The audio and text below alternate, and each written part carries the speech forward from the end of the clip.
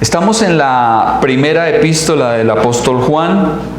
Para el día de hoy vamos a estar mirando entre capítulo 2, entre los versículos del 1 al 6.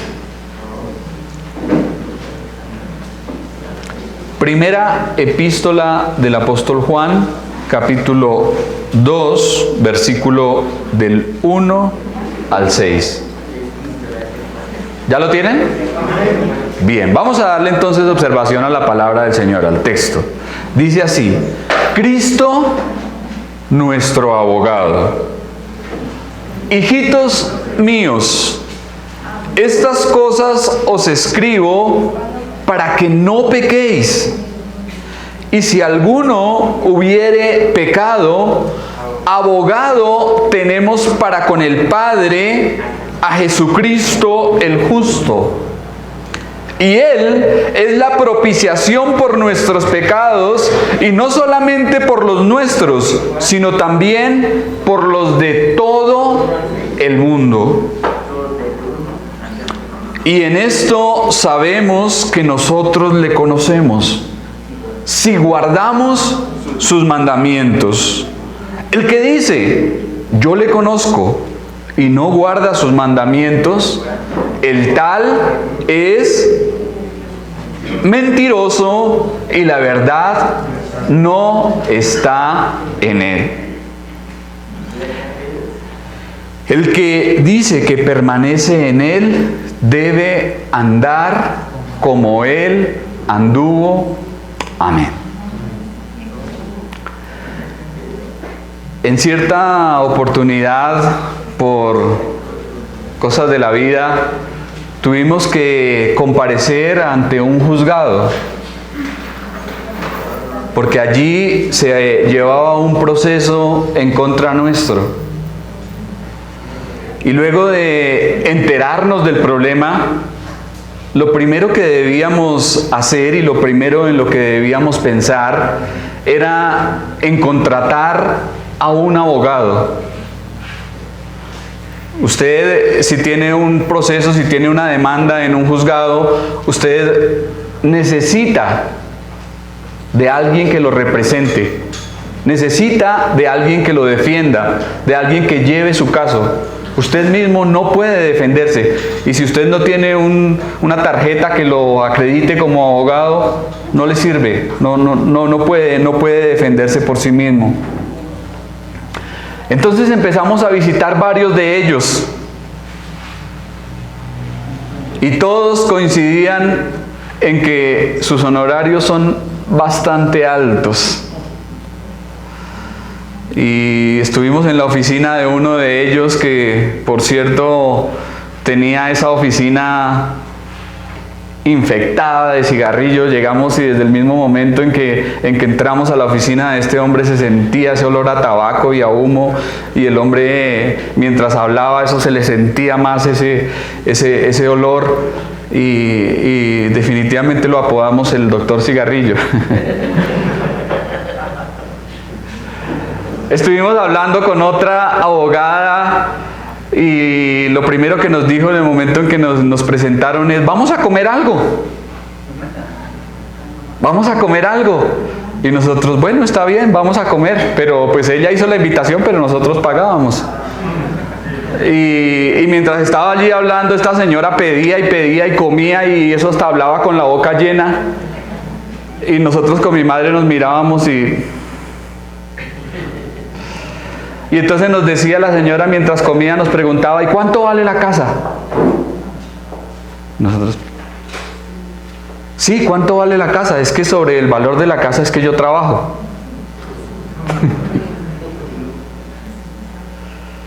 Entonces entendimos que caer en manos de un abogado es prácticamente una desgracia. Y la pregunta que surgía ahora era: ¿quién nos iba a defender de los abogados? Porque ellos cobran 500,000 pesos por colocar una firma en un papel que usted hace. Usted hace un oficio, una petición y lo lleva al juzgado y lo presenta y ellos le cobran 500,000 pesos solamente por colocarle la firma y presentarlo como si ellos lo hubiesen hecho. Entonces la pregunta ahora era, ¿quién nos iba a defender de los abogados? Sin embargo, mi madre oraba todos los días y cantaba, yo tengo un abogado que me defiende. Él nunca está ocupado, siempre me atiende.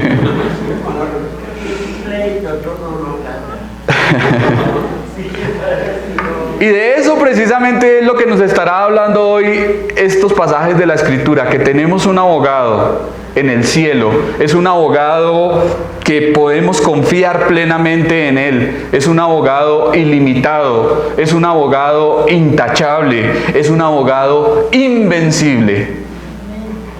De ese abogado es que nos estará hablando aquí la Escritura en esta mañana.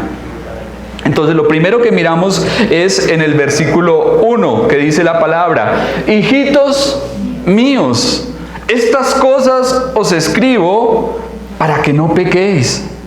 Y si alguno hubiere pecado, abogado tenemos para con el Padre a Jesucristo el justo. En este pasaje nos damos cuenta que Juan está hablando a creyentes. Juan está hablando aquí a cristianos. Y de hecho, en la epístola 7 veces aparecerá esta expresión del anciano apóstol, hijitos míos. ¿Qué nos indican esas palabras? ¿Qué nos dan a entender?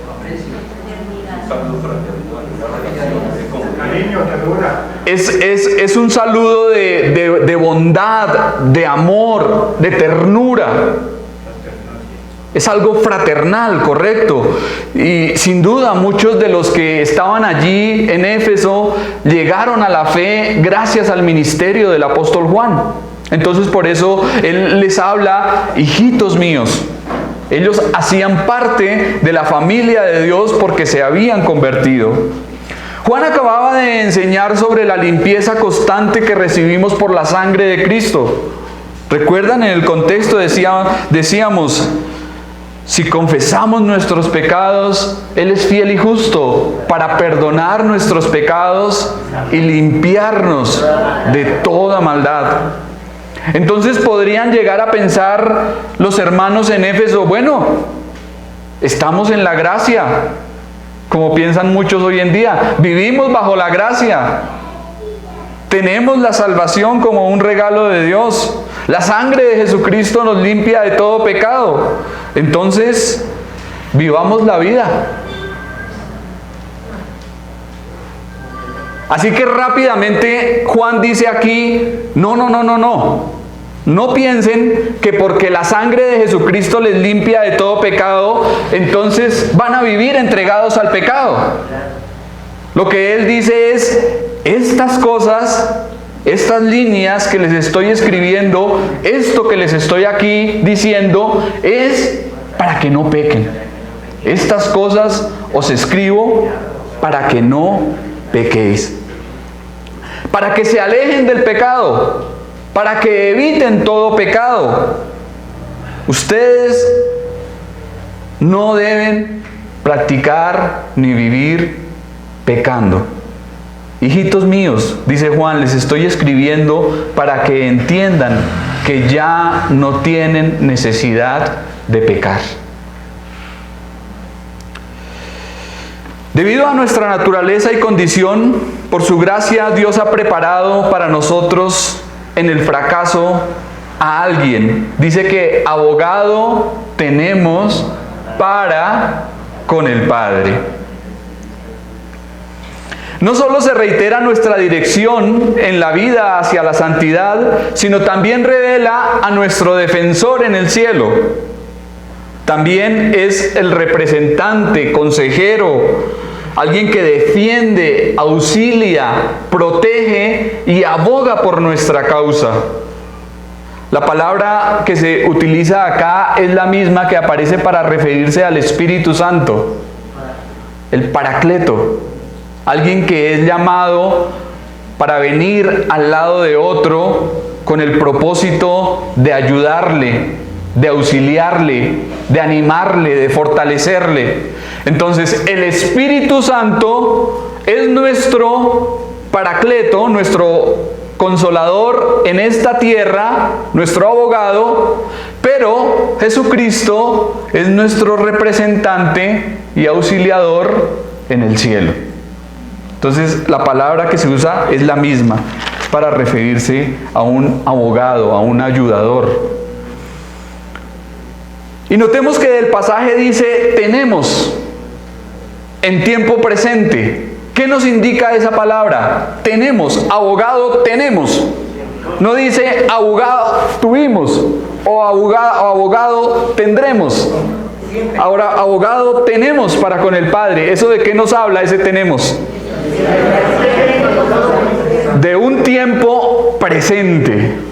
De un tiempo presente. No se trata de un representante que estuvo en otro tiempo, pero ya no está y se fue. En ese proceso que les estaba comentando, tuvimos más de 3 abogados. Y tristemente nos tocaba cambiarlos constantemente por lo mismo. Porque no hacían el trabajo, porque no lo defendían a uno, porque lo engañaban, porque cada vez que nos veíamos era para sacarnos plata. Plata. Pero Cristo nuestro abogado es un defensor incansable y eterno. Juan dice tenemos porque Él se incluye en el mismo bote. Él se incluye en el mismo barco con nosotros. Y en el tiempo en que se escribió esta carta, el abogado tenía la estrecha relación con el cliente, generalmente era un familiar. Entonces, no solamente estaba defendiendo la culpabilidad o la inocencia de esta persona, sino que estaba defendiendo, por así decirlo, el honor familiar. Y si pensamos en esto, Cristo, nuestro abogado, también es nuestro hermano mayor. De manera que Él hará todo para defender la santidad y el honor de la familia de Dios. A eso sí le podemos llamar una buena cobertura legal. Y la tenemos porque la necesitamos, ya que también tenemos a un acusador que es el mayor chismoso y calumniador de todos. ¿Quién nos está acusando delante de Dios? Satanás. El diablo. El diablo. Constantemente le dice al juez, ¿viste eso? ¿Escuchaste eso? ¿Qué vas a hacer ahora? Dice Apocalipsis que el acusador de nuestros hermanos los acusa delante de Dios de día y de noche. Él está todo el tiempo allá delante de Dios haciendo lo que algún día hizo con Job, ¿no? Buscando la forma de dañarle, de tocarle, de arruinarle y de hacerle blasfemar contra Dios. Porque eso era lo que Satanás buscaba, que Job blasfemara el nombre de Dios. Y esto es lo que hace hoy en día y eso es lo que continúa haciendo. Pero notemos que nuestro abogado no le dice al Padre, ellos son inocentes, están bajo unas circunstancias difíciles, perdonémosles. No. El Señor Jesucristo es la verdad y por tanto Él solo habla la verdad. Entonces nuestro Señor trabaja sobre nuestra culpabilidad y no sobre nuestra inocencia. Entonces le dice al Padre, es verdad, Él ha pecado, pero yo morí por Él. Yo soy su abogado. No lo mires a Él, Padre, mírame a mí. Y Dios Padre, al ver a su Hijo, queda satisfecho. Vamos a mirar que ese es el significado de lo que aparece en el versículo 2 de la palabra propiciación.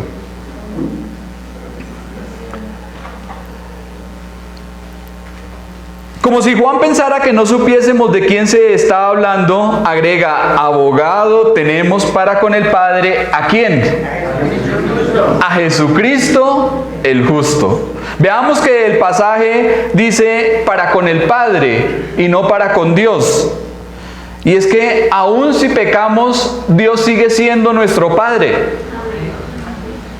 Cuando pecamos, ¿qué ocurre? ¿Qué ocurre cuando un creyente le falla a Dios cuando peca? Se aleja de la comunión, pierde la comunión con el Padre. Es como cuando un hijo desobedece a su padre. ¿Sí? Se aleja, se distancia, se daña la comunión entre ellos. Lo mismo ocurre con Dios. Cuando un creyente le falla a Dios, se aparta de Dios, se distancia, pierde la comunión, pero no pierde su posición de hijo. Porque usted, después de que su hijo le falla, usted dice, no, ya dejó de ser mi hijo por haberme fallado, ¿no? Él sigue siendo su hijo.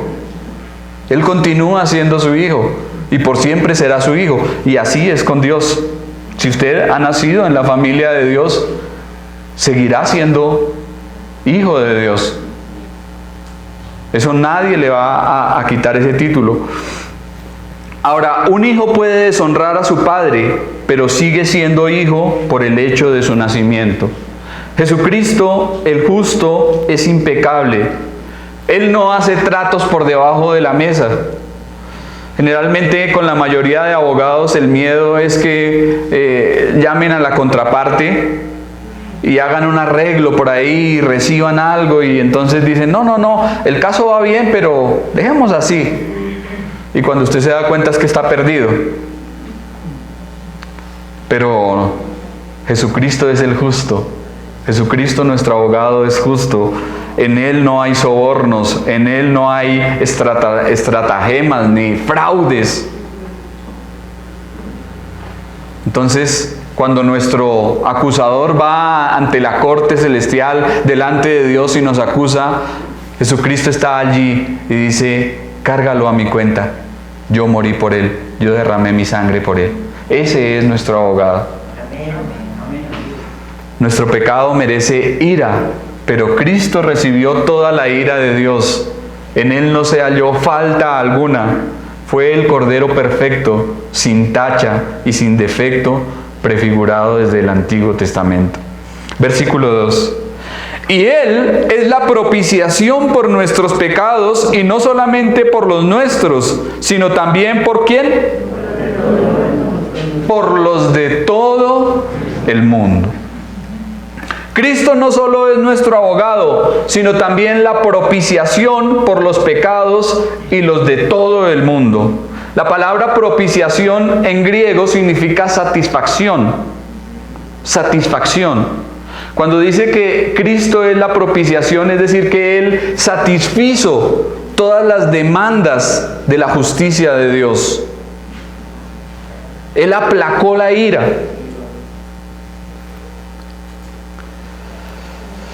Fueron todas las demandas de Dios satisfechas por medio de su sacrificio en la cruz. Dios puede mostrarnos misericordia, ya que Cristo ha dado satisfacción a las demandas de su justicia. La paga del pecado, ¿qué es? Muerte.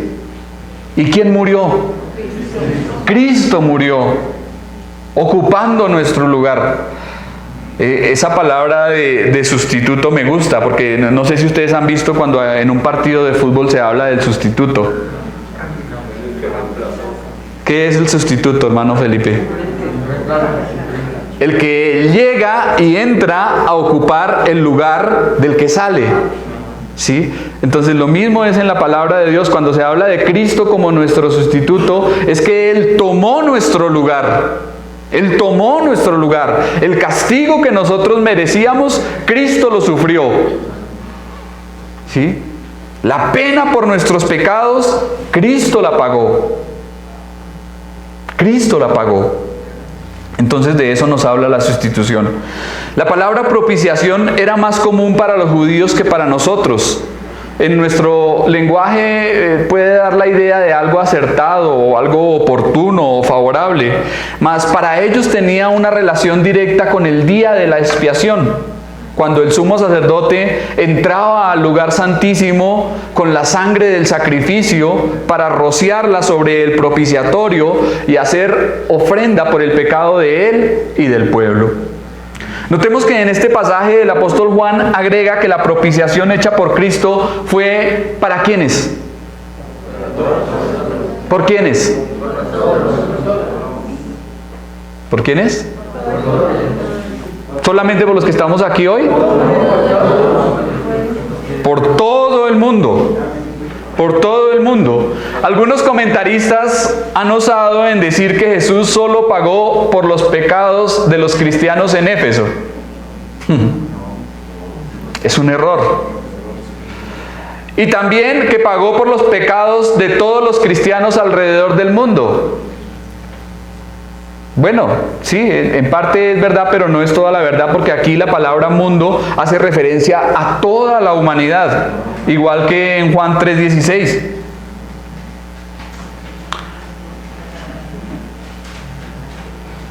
En otras palabras, dicen que la expiación del Señor solamente fue para los cristianos. Y esto es una necesidad, una gran necedad, el ponerle límites a la obra del Señor. Decir que solamente fue por algunos y que por otros no. La palabra mundo, como ya lo dije, es para referirse a toda la humanidad. Y la obra de nuestro defensor es suficiente para salvar a todo el mundo. Nadie queda excluido de la esfera de la misericordia de Dios al estar en Cristo. Nadie, nadie. Ahora el anciano Juan tampoco está enseñando aquí la teología universalista, que dice que todos van a ser salvos y que finalmente todos van a ir al cielo. No, Juan no estaba diciendo eso. Lo que Juan está diciendo es que la propiciación de nuestro Señor es ilimitada en su potencial. Es decir, que en potencia Cristo murió por todo el mundo. Y en eficacia, si hablamos en potencia, decimos que Cristo murió por todo el mundo, pero en eficacia, por los que creen, por los que creen, por los que creen, correcto. En cualquier lugar del mundo, todos los hombres de todas las naciones, lenguas, razas, culturas o posiciones sociales están invitados a ir a Dios a través de Cristo. Todos los hombres están invitados a ir a Dios por medio de ese camino que Él ha abierto. Cristo es el medio personal por el cual Dios muestra misericordia al pecador.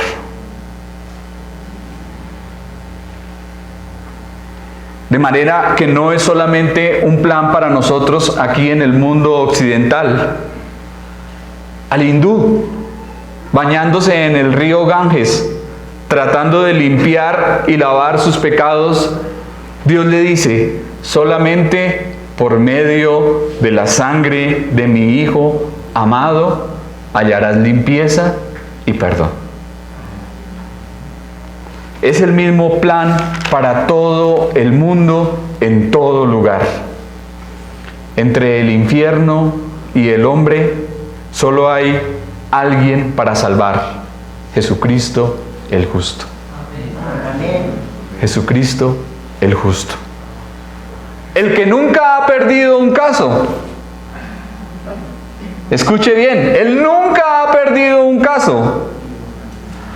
El acusador tal vez nos diga: mírate lleno de pecado. Y es verdad. Nos miramos a nosotros mismos y tenemos que llorar de nuestra condición. Pero Juan nos dice: solo mira a Cristo. Robert Murray M'Cheyne, pastor escocés de 1800, animaba a su congregación y les decía: por cada vez que usted se mire a sí mismo, mire 10 veces a Jesús. Por cada vez que se mire usted a sí mismo, mire 10 veces al Señor. ¿Se cansará alguna vez nuestro representante de defendernos? Abogado tenemos para con el Padre a Jesucristo el justo. ¿Llegará al punto de decir, ay no, otra vez este? Uno muchas veces cuando alguien le hace algo una y otra vez y otra vez y otra vez, uno lo mira y, ay no, ¿otra vez usted? ¿Otra vez? Pero el Señor no se cansará. Él jamás lo hará. Se trata de un auxiliador incansable. Y Él nunca ha perdido un caso y tampoco va a perder el suyo, mi hermano. Amén. Versículo 3 al 4. Y en esto sabemos que nosotros le conocemos, si guardamos sus mandamientos.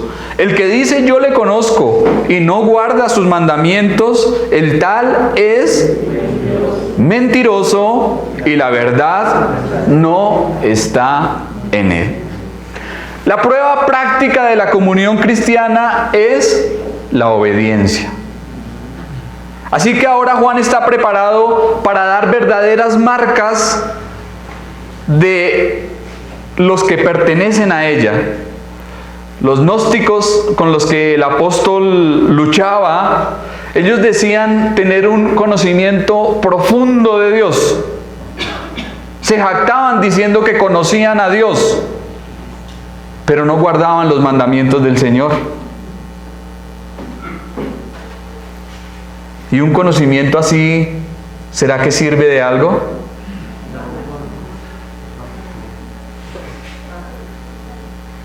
El conocimiento mencionado no es una mera actividad intelectual, ni tampoco un simple conocimiento teórico, frío, abstracto. Se trata de un conocimiento cálido y penetrante, de una verdadera comunión con el Señor.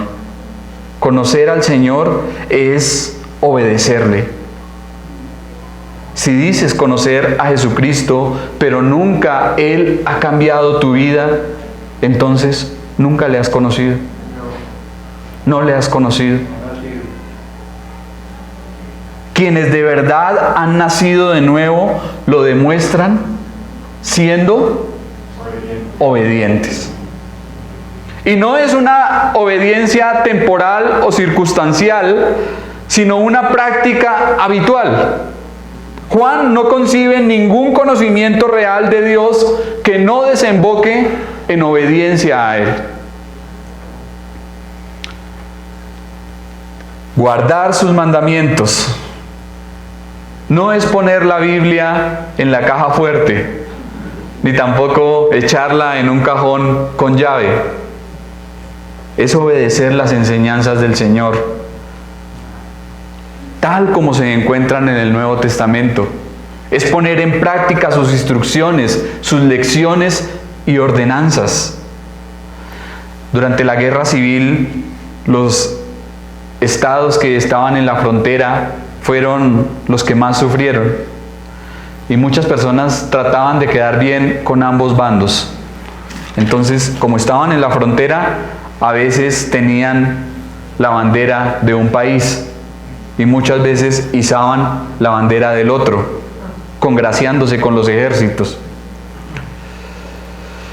Y lo que les sucedió fue que fueron esparcidos por ambos ejércitos y sus casas fueron arrasadas.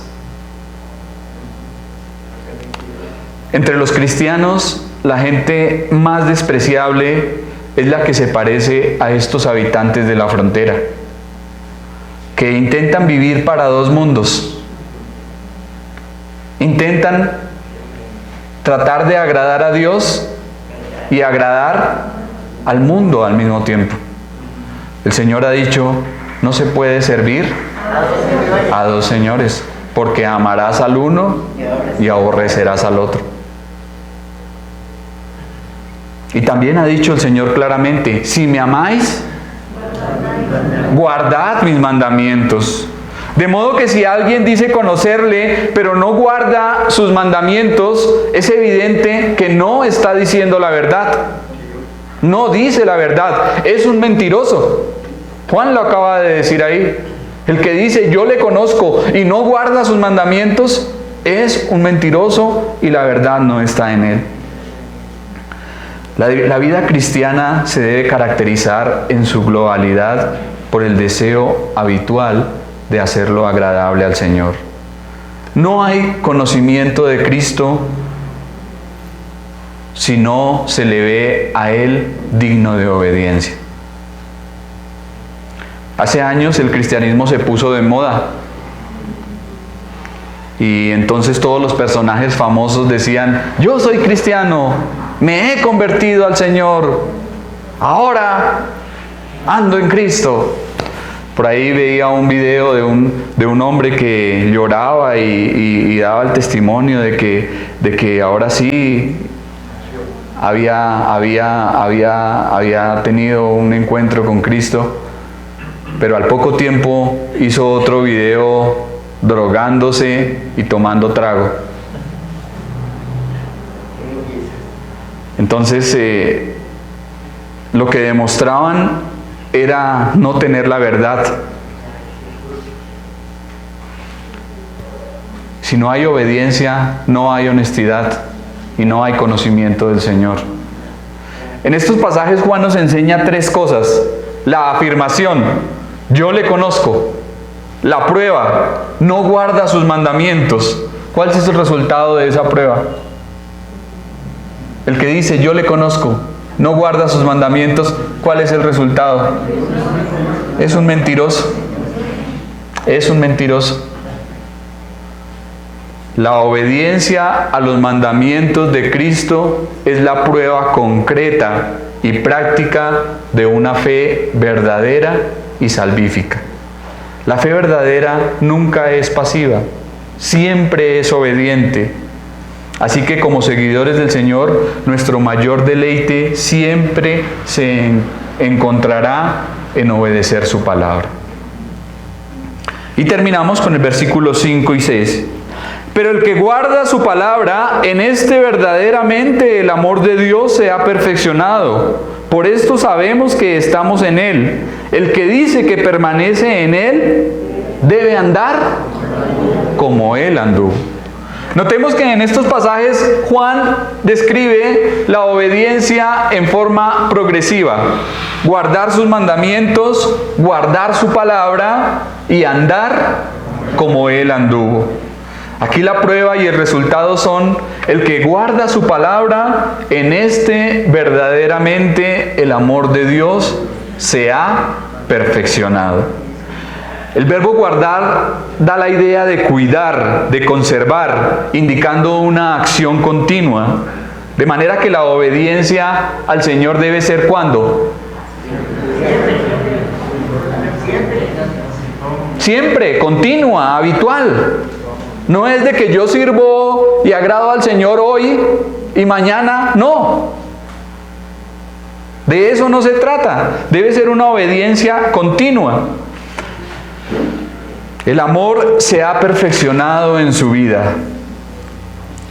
¿Perfección en la vida? ¿Será que alguien la encontrará? ¿Será que alguien hay perfecto en la vida?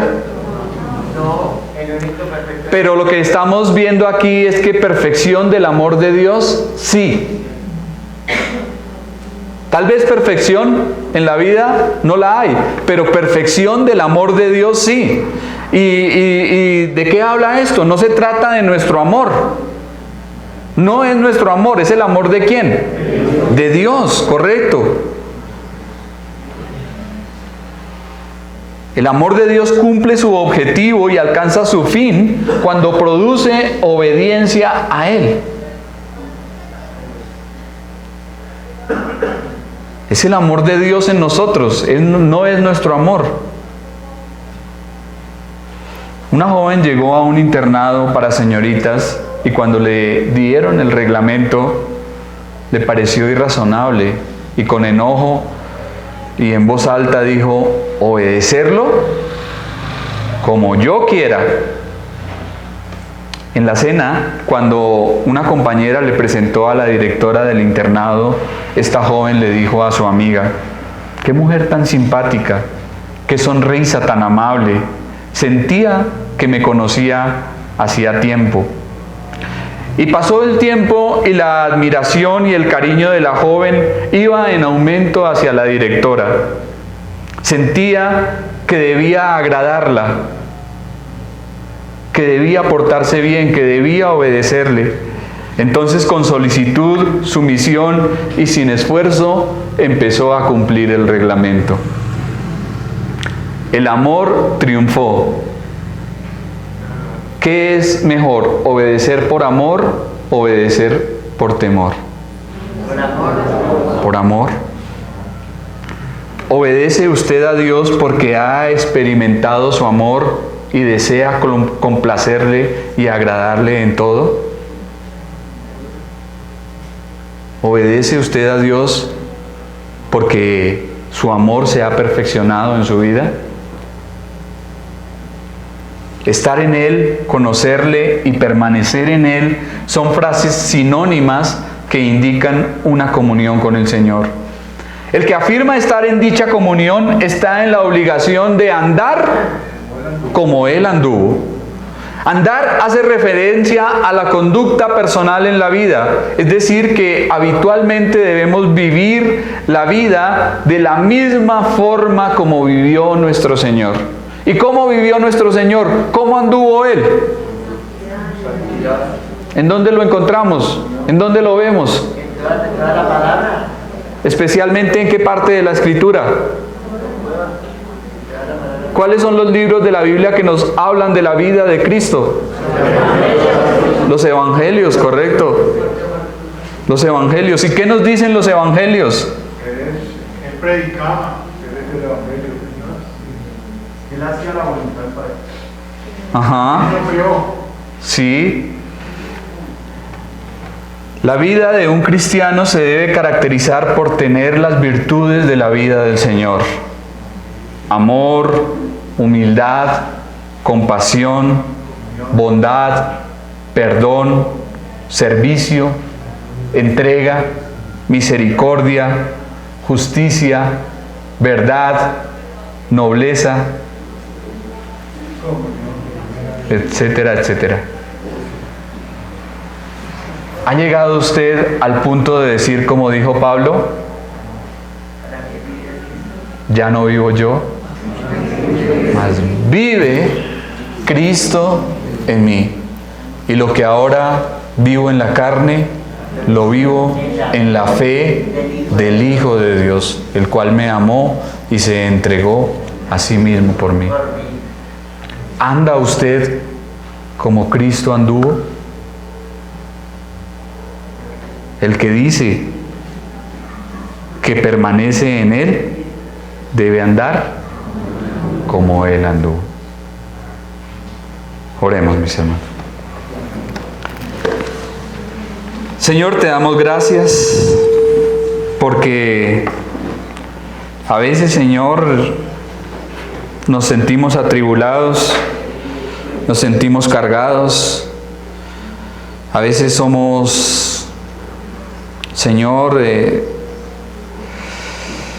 tratados por las circunstancias, por los problemas, por las dificultades, Señor, que vienen a la vida. Pero gracias porque tenemos un abogado para con el Padre. Es un abogado que no es como los abogados de este mundo, Señor, que son mentirosos, que son fraudulentos. Señor, es un abogado incansable, ilimitado, un abogado que nunca pierde un caso, un abogado dispuesto. Señor, gracias porque en Jesucristo tenemos al abogado celestial, al mejor representante, Señor. Gracias porque si no fuese por ese abogado, Señor, nuestra vida seguramente estaría perdida. No tendríamos, Señor, cómo algún día presentarnos delante de ti. Pero Cristo no solamente es nuestro abogado, sino también la propiciación por nuestros pecados y por los de todo el mundo. Gracias, Señor, porque Él derramó su sangre allí en la cruz, tomó nuestro lugar, sufrió nuestra culpa, cargó nuestro pecado. Señor, Él pagó por nuestra deuda. Gracias porque nosotros no podíamos hacer nada, Señor, pero Cristo lo hizo todo. De manera que cuando estuvo allí en la cruz del Calvario, Él dijo, consumado es. La deuda fue saldada. El Cordero fue sacrificado. Él lo hizo todo y no debemos añadir nada a su obra.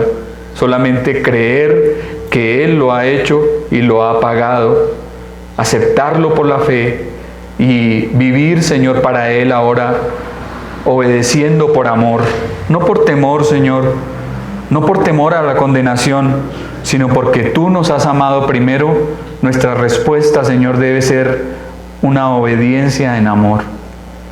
Te damos gracias, Señor, por esta Tu palabra. Gracias, Señor, porque Tú constantemente nos estás hablando por medio de ella y nos edificas, nos consuelas, nos exhortas, nos animas a vivir la vida, Señor, en Tu santa y perfecta voluntad. Te damos muchas gracias en el nombre de Cristo Jesús. Amén.